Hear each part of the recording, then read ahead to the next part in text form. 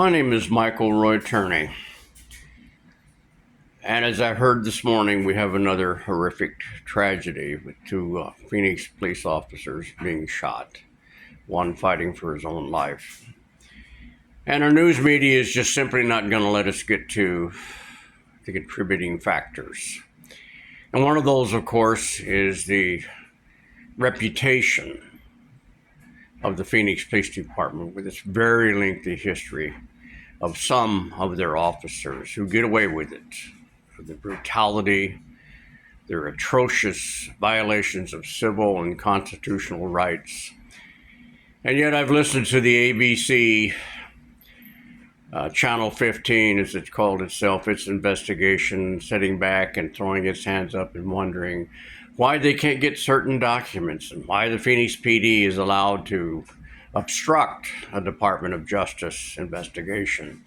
And a Department of Justice saying, well, we've shown that there's prejudice and bias against the Native Americans, the Mexicans, and the blacks. This is not just against these three groups of people.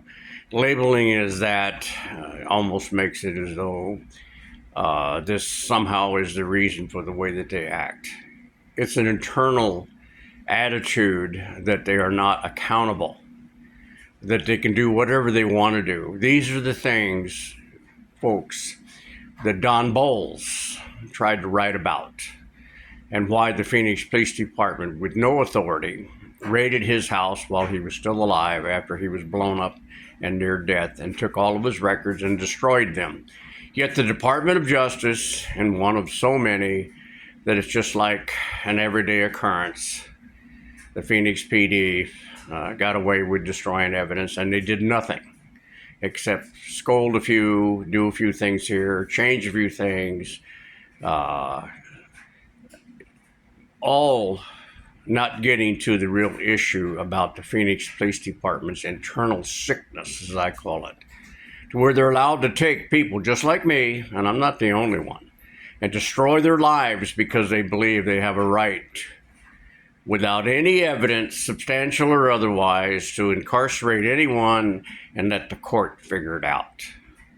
Sort it out to see if this person is guilty or not guilty, instead of following a tradition set forth in our Constitution and all of our laws that police officers must have enough evidence to prove beyond a reasonable doubt that a crime has been committed and a person did it before they incarcerate, throw them in jail, put unreasonable bonds on these people to keep them and punish them. Even though certain police officers, like Anderson and Summershoe in my case, knew full well, as long as so did M. Bardino, the prosecutor for the county, that they didn't have enough evidence to win this case, that they were hoping the news media would do with national attention and all these things for a crime that never really occurred.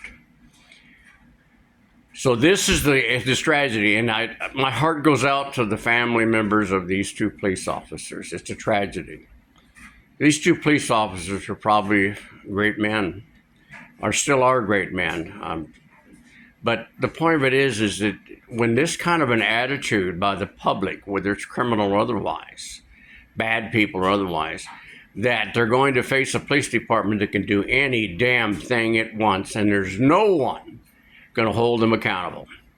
To this date, folks, I have not got a ruling from the federal district court in reference to the atrocities of a police department using a full military operation with federal government-funded military vehicles, weapons, uniforms, the whole 9 yards, on a public street to arrest a 72-year-old man, and not even one call from anyone to say, gee, Mr. Turney, this does seem like a little bit brutal and what have you.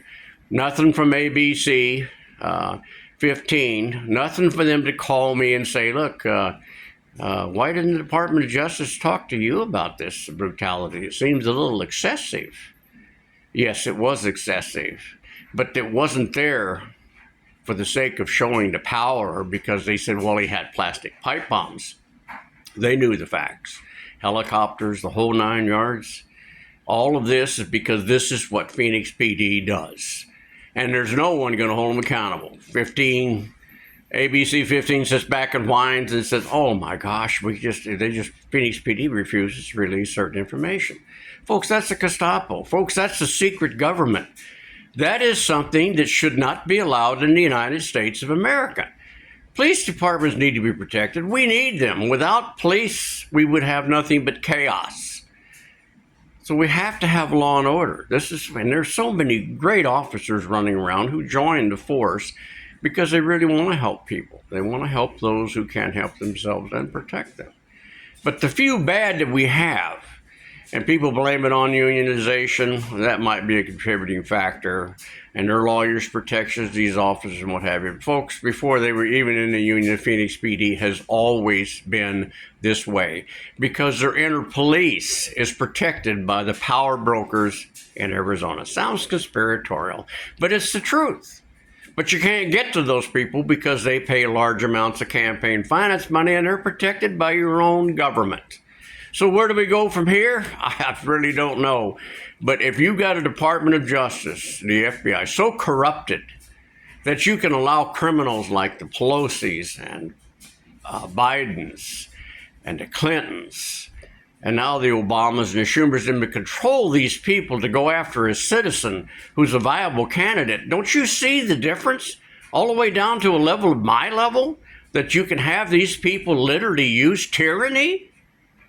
And then sit back and say, well, this person had it come and he deserved it. Who cares that Mike Turney was punished? Who cares, right? No one really cares, but you might be next.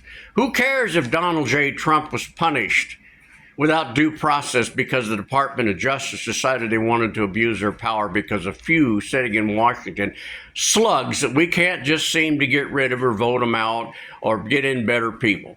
America has great people, folks, don't let anybody kid you, and they're still there. They have not gone away. The ancestries of us proves that from day to day. But we can't seem to get those people because anybody who claims to be an outsider in Washington is destroyed. So my heart goes out to these poor police officers and their families. But the point of it is that a contributing factor is the bad reputation the Phoenix Police Department still continues to have, that they can do any damn thing they want to, plant evidence, lie under oath, do the whole 9 yards, and they will never be held accountable. Our courts are involved in this, all the way up to the federal district court, which again, Berger even said this would be your hot spot for corruption, and it is, regardless of what party puts them in, it seems like. I've got a Republican now, Bronovich, who just decides that my lawsuits are frivolous and I don't have any rights, civil or constitutional, because the police officers in the Phoenix PD, Anderson and Summershoe, said I was a bad person and needed to be punished, and they used their badge and their power to punish me, even though there never was any evidence to even substantiate a warrant. And maliciously abused their power and the process of our judicial system. You have a good day. I just felt compelled to say this because I listen to this trash and garbage from the news media, entertainers that continue to help cover up this kind of tyranny. Folks, we need a glass house for our government at all levels. There is no secret police in the United States of America except the Phoenix PD. You have a good day, and again, my condolences to the people whose officers were shot.